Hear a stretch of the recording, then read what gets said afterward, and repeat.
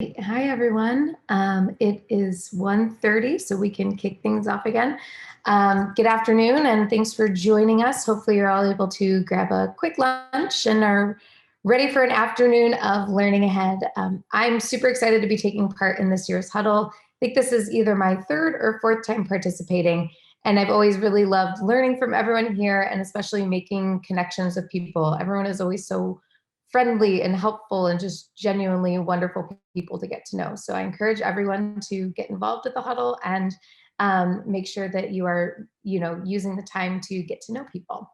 I guess to introduce myself, my name is Emily Mayak. I'm coming to you from Case Western Reserve University in Cleveland, Ohio. I'm excited today to send it over to the other side of the state and introduce Mark Weinstein, Executive Director of Public Relations at Cedarville University, which is located near Dayton. You're going to learn a lot more about Cedarville in the next hour. Mark has worked in higher ed for more than 30 years, including the past 8 at Cedarville, as well as other positions at Maryville University in St. Louis, Robert Morris University in Pittsburgh, Geneva College in Beaver Falls, Pennsylvania, and Mount Vernon Nazarene University in Ohio. He also served as Dean of Enrollment and Marketing for his alma mater, Grace College in Winona Lake, Indiana. Mark also holds a master's in organizational leadership from Geneva College. Cedarville has been the recipient of 3 PRISM Awards from the Public Relations Society of America, including Best of Show in 2019 for its campus newsroom entry, and 1 PRSA Diamond Award during the past 8 years.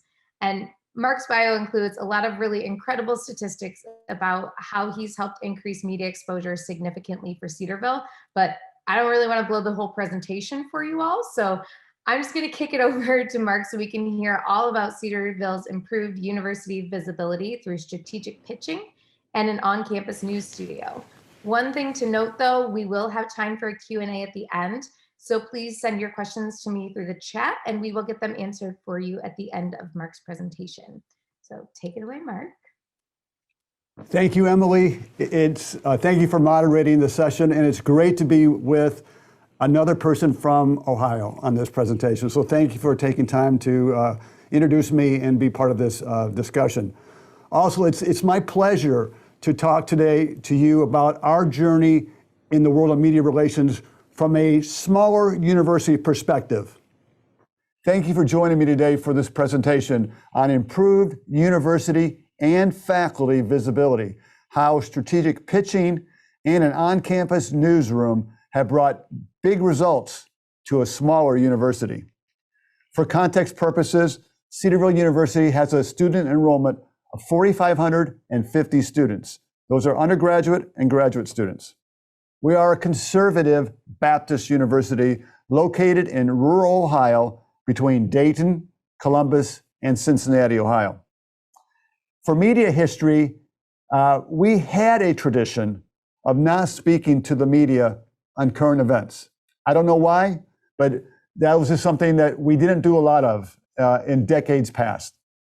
And when I took this role as Executive Director of Public Relations about 9 years ago, I was told by colleagues that the media will not come to Cedarville or be interested in talking with our faculty for expert commentary. Neither could be further from the truth today. And we'll share more about that in a moment. Here's a snapshot of our media exposure in the last decade. I started with 2011 because that was a year before I took over this role, and Cedarville recorded 76 media interviews during the academic year. 1 year later, our first year in the job with a great team, that doubled. We went to 156 media stories, reaching 187.4 million, according to Meltwater and Cision. That was a 105% increase. We were thrilled, but we were just starting. Look down on the slide, you'll see the last 4 years are bolded. The reason why they're bold is because that is when the university opened this current facility, the campus newsroom. You'll see in 2017, we had 871 media stories for roughly a 1.2 billion reach, according to Meltwater and Cision. Last year was our best year ever, as we we're able to place 1,541 news stories, whether that's a faculty expert talkback interview or just a story solely about Cedarville University, that reached 3.8 billion, according to Meltwater Incision. So looking at these numbers, since the newsroom was launched 4 years ago, our media exposure has increased 76.9%. That's significant. Even more significant, since 2012, media exposure for the university has increased 887%. We're thrilled. We still want to continue on this trajectory, and we're thankful for what we've been able to accomplish. Cedarville University as a whole has experienced 14 consecutive record enrollments, and I predict number 15 will come in August because we're expecting a very strong class. You'll see that enrollment in 2007 was 3,064, and last year was 4,550. That will continue to grow. The impact of PR with fundraising is also noteworthy. You'll see last year that one Cedarville news story that we wrote that was published in the Dayton Business Journal, to be specific, has a direct correlation to a $1 million gift to the university. I just received confirmation of that earlier this week. Also, one Cedarville Stories podcast, which we use the facility here for some of the podcasts. One Cedarville Story podcast is directly attributed to a $100,000 gift to the university. So PR has its value. PR can play a key role, and using the media to tell our story is really, really important. Here's a snapshot of some of the media outlets that we used or were able to be on in 2021. And I want to remind you, I didn't really say this, but when we started back in 2012, we were primarily or exclusively only a Dayton media source. Media in other cities like Cincinnati or Columbus, which is just an hour away, didn't even know about us. That has changed. Look at the slide. You'll see national media, CBN. K-Love is a national radio outlet. The National Desk with Sinclair Broadcast Group. They've come on board, and we've done a lot with them. We're thrilled. And World News Group are just four of the national players that fit a niche for Cedarville. You know, they fit our need and who we are. Others that you see on the screen, WSYX in Columbus and WHIO TV in Dayton is the #1 CBS affiliate in the country. And they're one of our big players for media stories and telling Cedarville stories. And then finally, Spectrum News 1 tells our stories statewide. So why has Cedarville's media visibility increased? I want to cite two main reasons in this presentation. First, the development of the on-campus newsroom. And by that, I say, we were able to respond to the media and we were able to pursue the media. And second, our Monday morning briefing. Let me explain. The purpose of the campus newsroom when we first launched in 2017 was to create media efficiency and effectiveness. And I think we have achieved both. When we built the newsroom, we spent approximately $40,000 for equipment. This equipment that we purchased, let me get up and show you some.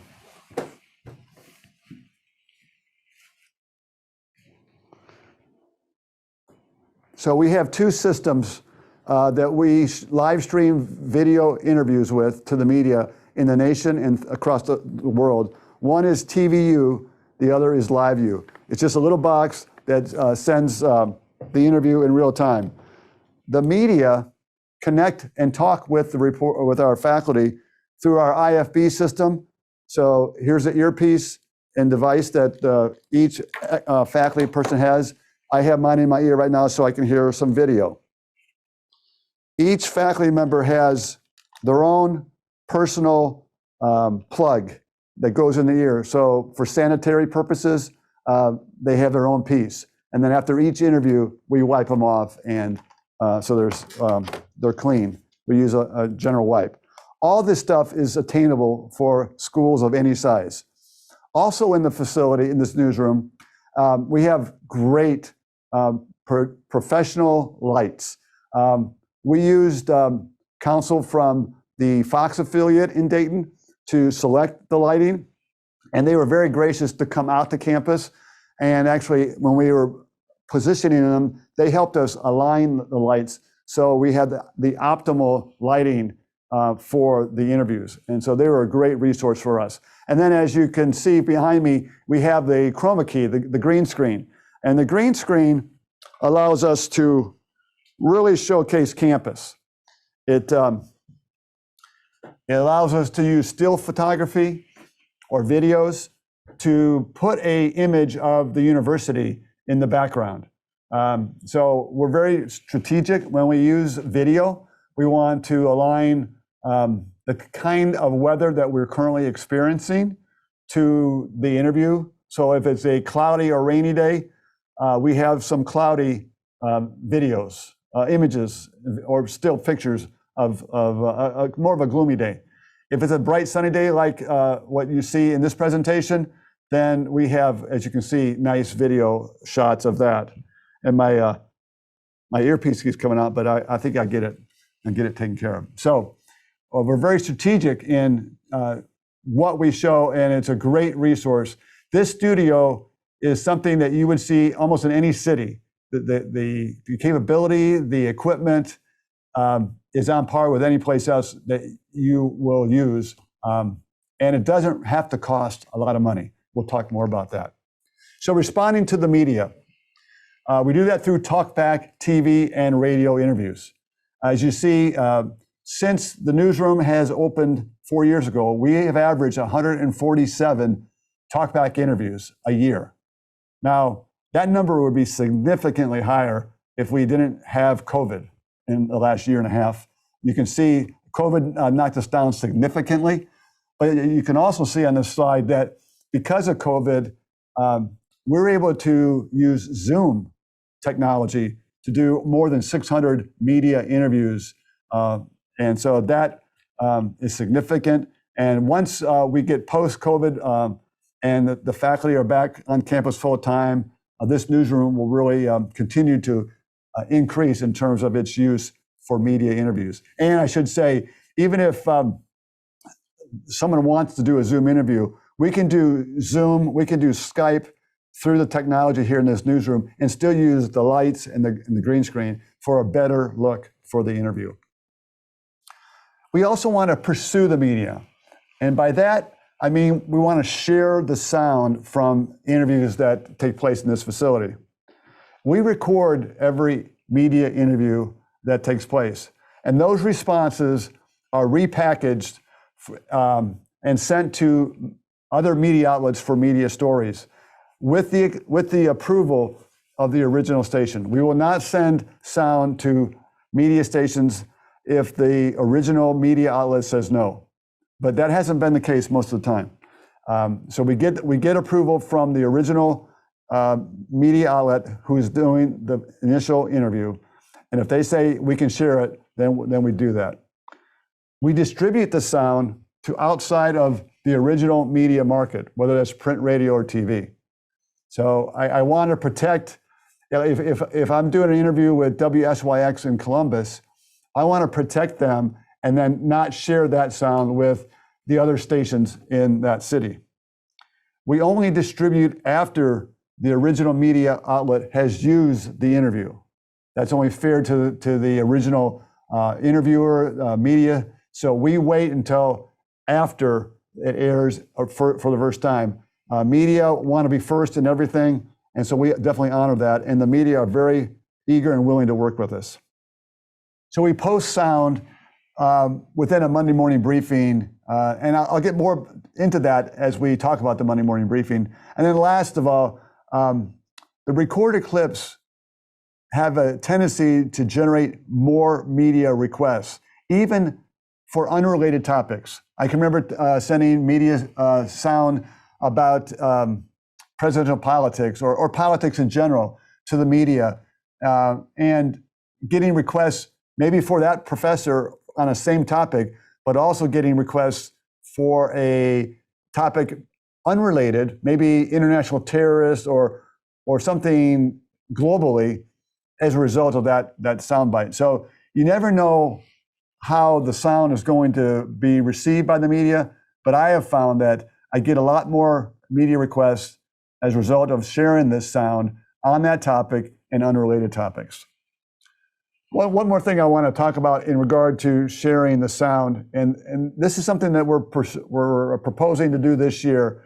We want to create 5 54-second segments on current events that we will push out to the media, obviously on a daily basis, 5 times a week, Monday through Friday.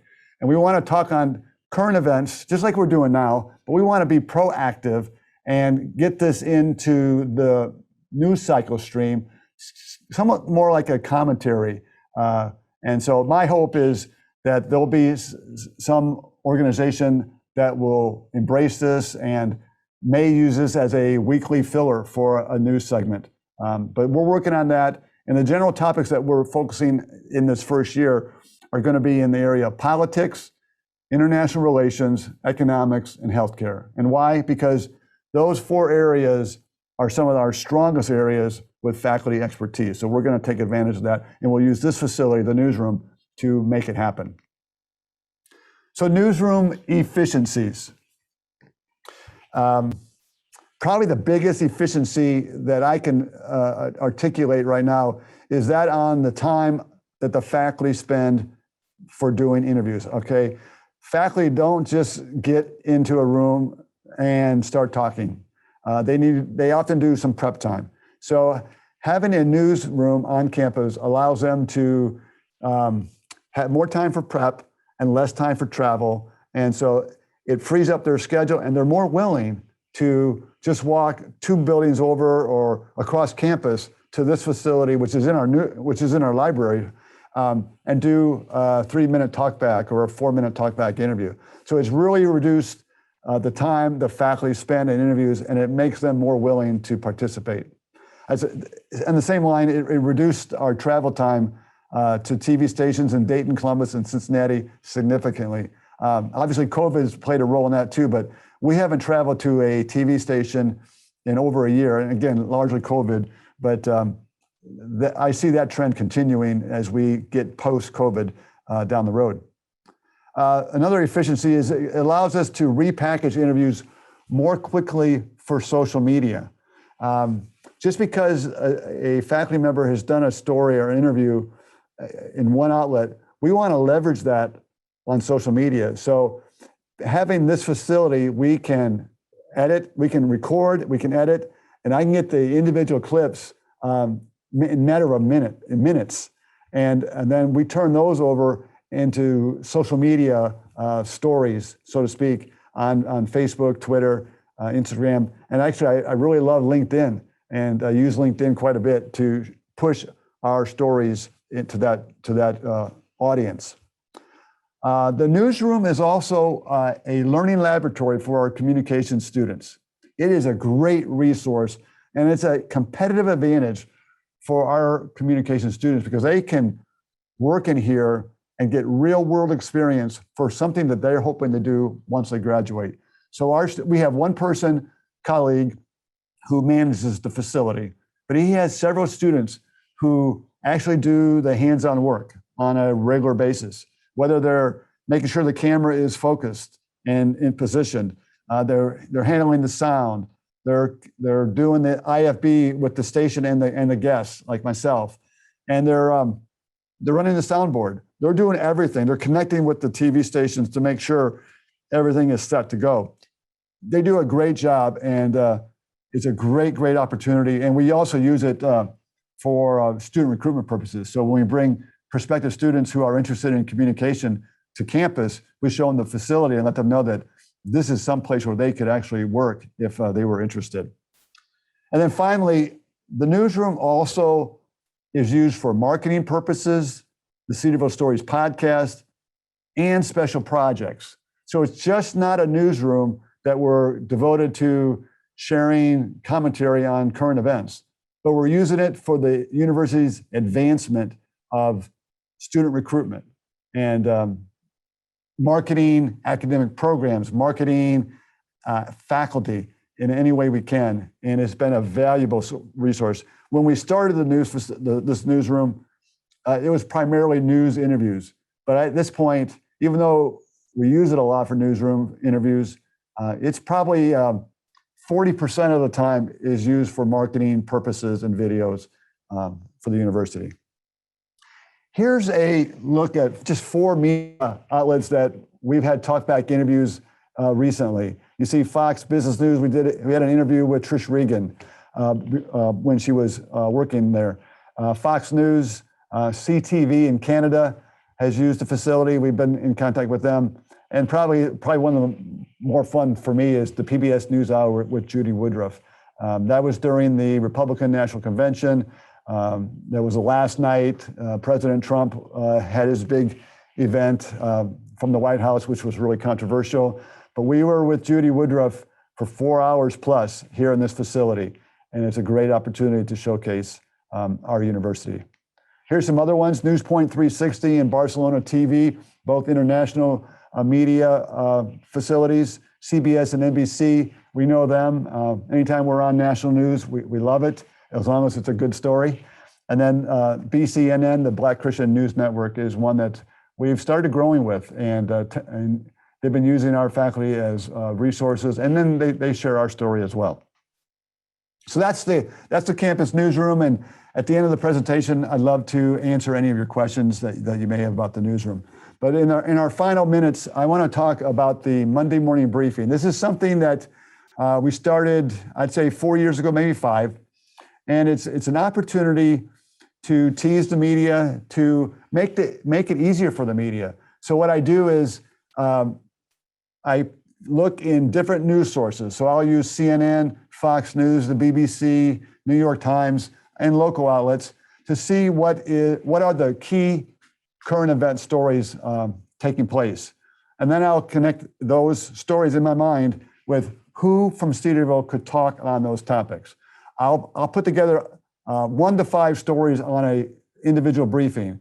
And in each briefing and each story, I highlight the faculty expertise, their credentials, and their availability. Our core competency with these briefings have primarily been in presidential politics, constitutional law, international and domestic terrorism, healthcare, business, and economics. I've said that before, and those are really core competencies for Cedarville University faculty. The Monday morning briefing contact information is also included in each briefing. I want the media to know who to contact, how to contact, and I also then at the bottom of the briefing, I give details about this facility so they know that this facility is available for them. I email these, at least I attempt to email these by 8:15 a.m. because I know that TV stations, private radio stations, maybe some print, they have their morning newsroom meeting and they're going to discuss what they're going to cover. So when they're discussing what stories they're going to cover from the night before, I want to have our briefing at that table in front of them. So as they say, we're going to talk about story X, they have the briefing and say, oh, Cedarville has said that they can talk about that. So it just gives us a little advantage maybe on those other colleges, universities, or people who can serve as resources, maybe a little advantage because we are speaking into the story and giving them a great resource. I try to do, during the school year, 2 to 3 briefings a week. Now, by the name of the briefing, I say Monday morning briefing. They're not all Monday morning briefings because if I do a briefing on Wednesday or Friday, then they're a Wednesday morning briefing or a Friday morning briefing. So I change that depending on the day. And there are times that there's a mid-morning or mid-afternoon breaking story that I should probably do a briefing. So I'll do, at times, I'll do an afternoon briefing for a couple stories. The afternoon briefings are not as effective as the morning briefings, but they do generate exposure and opportunities for us. Cedarville's most connected media outlets as a result of the media briefings have come from media outlets in Ohio, Indiana, Florida, and Iowa. It may seem strange that stations in Florida and Iowa would be interested in our experts, but it's just the relationships that we've built because of the briefing, because of the newsroom, just because of our relationships with media that they seek our expertise. And then an area where I don't think we've done a good enough job, and it's something that I want to work on this school year, is using my database from Meltwater to pitch these briefings to the national media. I've done it occasionally, and I have to admit, at times I get small school mentality and thinking, well, the people at CBS or CNN, they're not interested in talking to someone at Cedarville University because we're only 4,000 students and we're in the middle of the cornfields in Ohio. But I need to rebuff that concept, and you need to get away from that thought as well, because what will set you apart with the media is if you have good expertise, good experts, and you're available when they need it. So work on those, and those are key things that have really helped us develop our media exposure throughout the years. The briefing results, 90% of each briefing generates a minimum of 1 to 2 media requests per briefing. That's a minimum. I've had briefings that have generated 7, 8, 9 media requests in a single day. And for a small staff like we have, the professional staff at Cedarville in PR is three people. And then we use a lot of students to help us. So it can take a lot of time, but I think it's worth it. In fact, I know it's worth it. So I encourage you to consider the Monday morning briefing. Here is what my briefing looks like. Now, this is just one story out of all the 5. So you get the idea. I identified as the Monday morning briefing. This story was about Benjamin Netanyahu being ousted from his position in Israel. I included a little narrative about the story from the BBC, and then the profile of Dr. Glenn Dewar, who is an international expert. Again, he's a citizen of the United Kingdom, Canada, and the United States, and brings a great insight into all things international. So this is what it looks like. You can tailor it any way you want. You can design it any way you want, but this works for me. Here are some media outlets as a result of the Monday morning briefing just in the last year.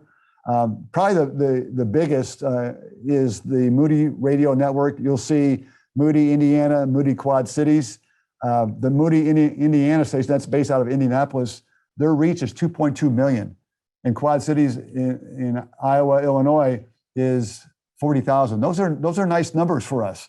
And their audience are in tune with what kind of school Cedarville University is. They embrace the conservative Baptist position that we embrace as a university. But you can also see secular universities have jumped right on board with us with the briefing. WEWS in Cleveland, 78,000 plus reach whenever we get on there. And that's a new market that we've just started breaking into in the last two to 3 years.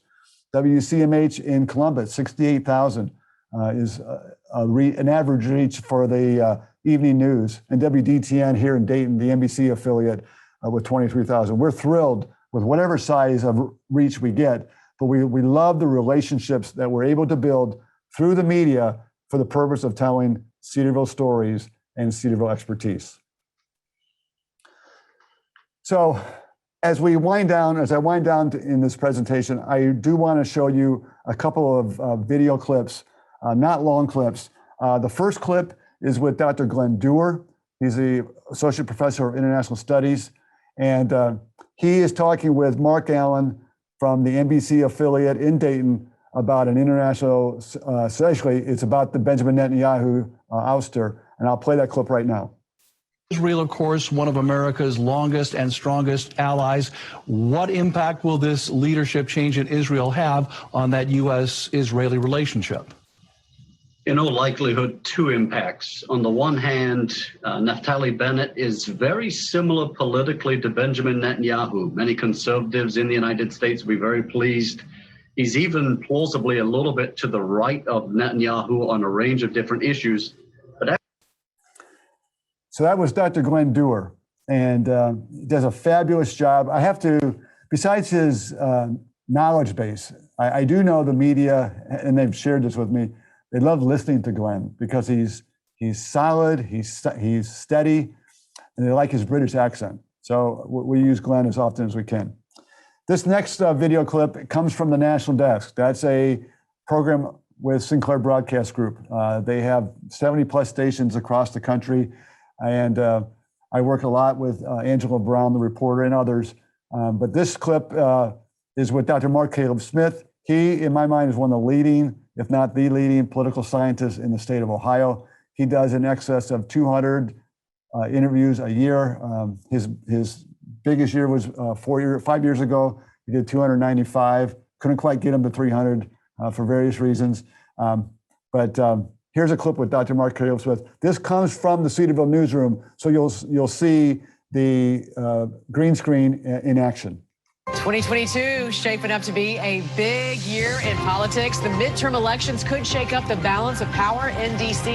There are 36 governor's races across the country. 20 Republican seats are up for grabs, 16 Democrats also. The National Desk's Angela Brown joins us right now. So, Angela, what races are we keeping a close eye on right now? Well, Jen, one hot race, of course, is the race in Georgia for the governor's office. But you may be wondering, why we were taking a look at 2022 so early. That's because some of these races are really starting to take shape. Polling is being released, and some surprising candidates are apparently emerging in states like Georgia, Michigan, and Arizona. They could have a strong shot at winning. And incumbents usually have the edge, right? Not so fast for 2022. Cedarville University political science professor Mark Smith. Harris has created increased scrutiny on governors in a way that incumbency might be a bit of a challenge. Let's start in the home of the big house. Michigan's race for governor took an unexpected turn when Detroit's police chief, James Craig, retired. Igniting speculation, Craig will run as a Republican challenger to Democratic Governor Gretchen Whitmer. Exciting Republicans who believe Craig could cut into Whitmer's support in Detroit. But of course, Chief Craig has done a lot in the city of Detroit to build relationships. And those relationships transcend partisan politics. So, yes, a lot of folks are excited. Along with Michigan, Democrats are defending seats in Nevada, Pennsylvania, and Wisconsin. States Biden won by fewer than 3 percentage points in 2020, while Republicans are playing defense in states President Biden turned blue, like Arizona and Georgia, with Georgia being the national race to watch and whether former President Donald Trump backs current Governor Brian Kemp. You have a Republican governor who's being criticized for not being supportive enough of President Trump. Of course, the Georgia GOP has been in a lot of turmoil over the 2020 election. A recent Remington research poll. So I'll leave it right there. But the successes that we've experienced at Cedarville University, we attribute to really God's blessing our work. It's available to you. And I think the newsroom idea and the briefing concept are two ways that you might consider pursuing in your shop. Whether you're a big school or a small school, it's within reach. And I encourage you to look at that as a possibility. Here in this screen, you see really what the newsroom looks like. This is a picture from our first year. We didn't have this news desk that I'm sitting at right now. We just used a chair. So you can start small and build, but the results, I think you'll find to be very rewarding for yourself professionally and for your university as well. So I want to thank you for spending time with me, and I will now turn over to a conversation with questions that you may have for me. Thanks for attending. And thanks for being attentive. And I know I saw 2 or 3 questions come in. One I think we did answer. So let me go to the first question that I saw, and that is, how many are on our media team? The total public relations team is 3 professionals. And the media team consists of myself. I do the media pitching.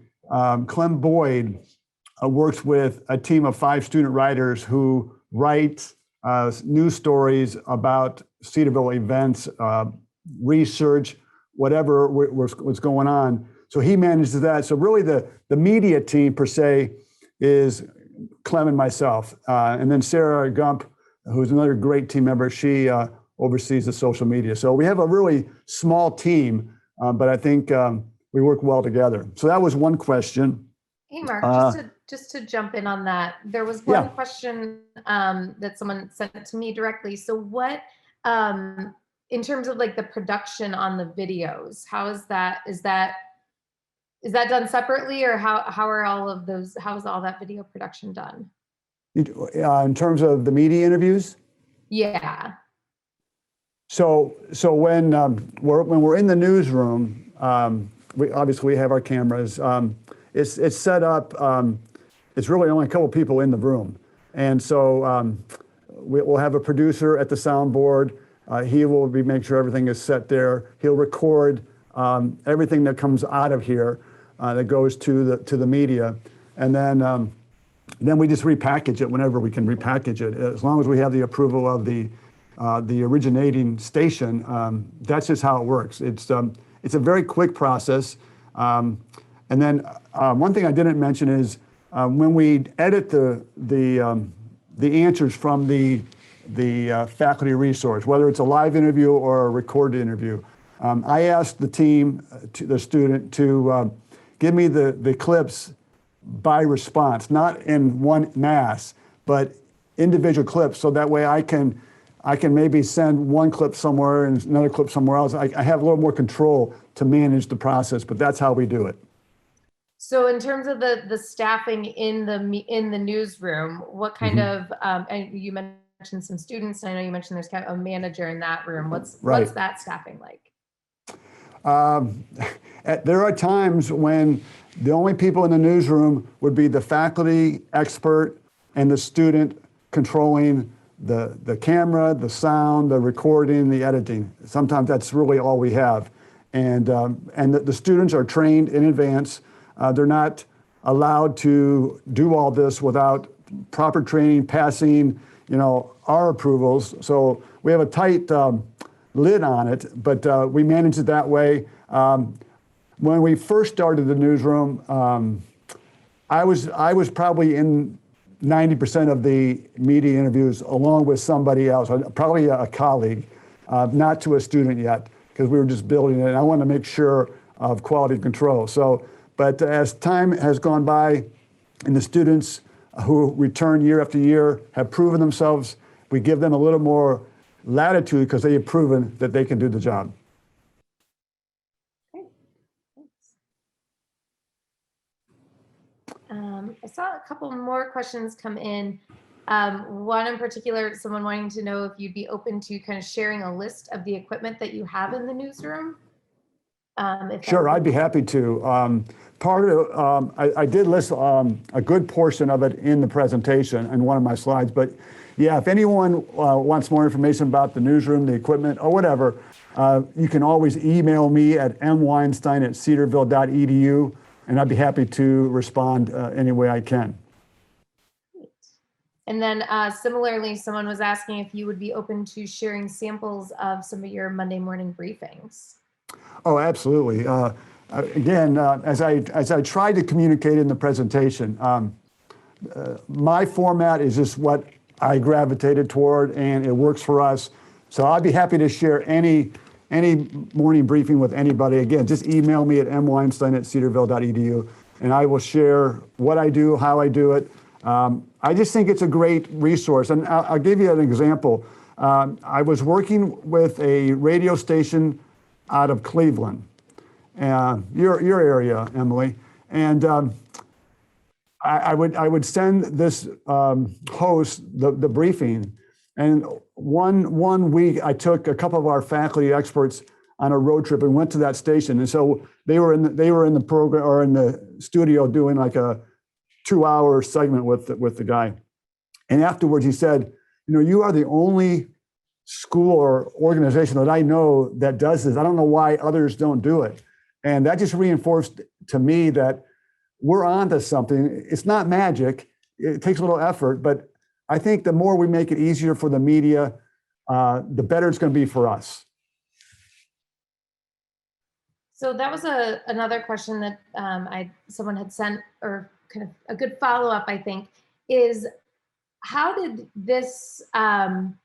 you really make, or did you make the case for why having an on-campus newsroom was so important? How did that really come about, and how did you get the funding to do it? Yeah, that's a great question. I'm glad you asked that. So the idea originated after I attended a PRSA international conference in Indianapolis, and I sat in a session that Katie Neal, at that time she was with Wake Forest University, was leading a panel discussion because they had just opened the newsroom, and it really piqued my interest.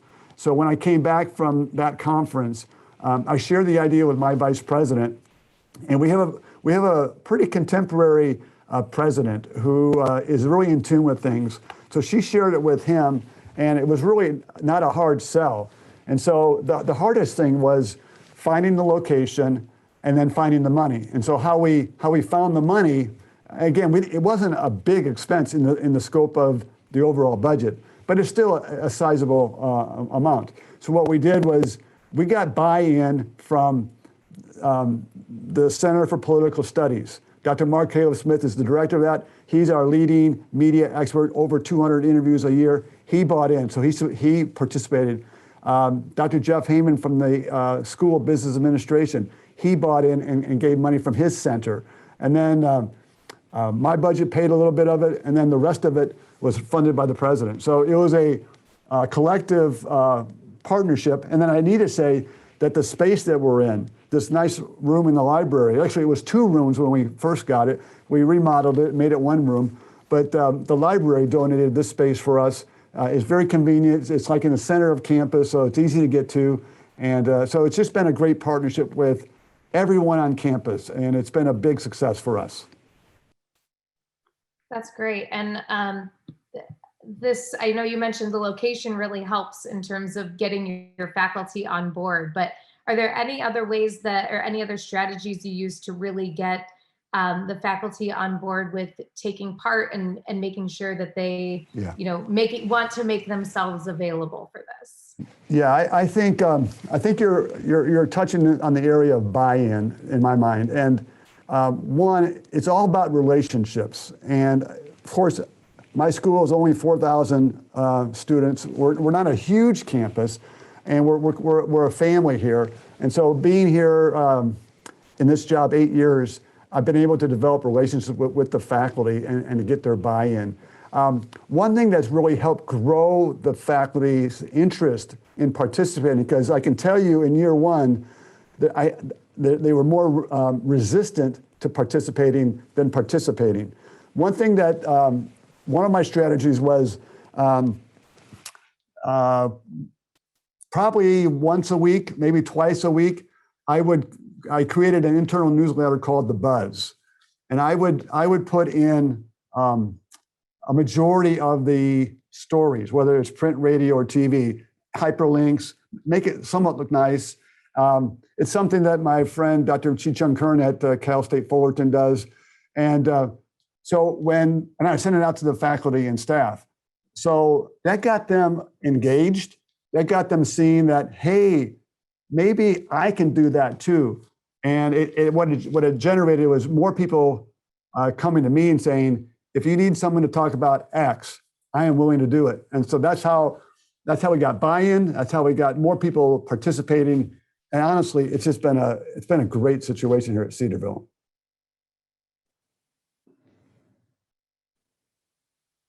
Is there anything else that you want to touch on? I think we got 1 minute left. Anything else that we should hit on today? But we're right on time. Well, I would just say this, Emily, that when we first started this process, I thought it was a daunting task, and I thought we couldn't afford it. I didn't think we could manage it and do it well. Those are myths. So any school of any size can make this happen. You can start small with 1 camera and a recording, devices. You can make it happen. You just have to have the commitment to do it. And once you do it, you'll be very pleased.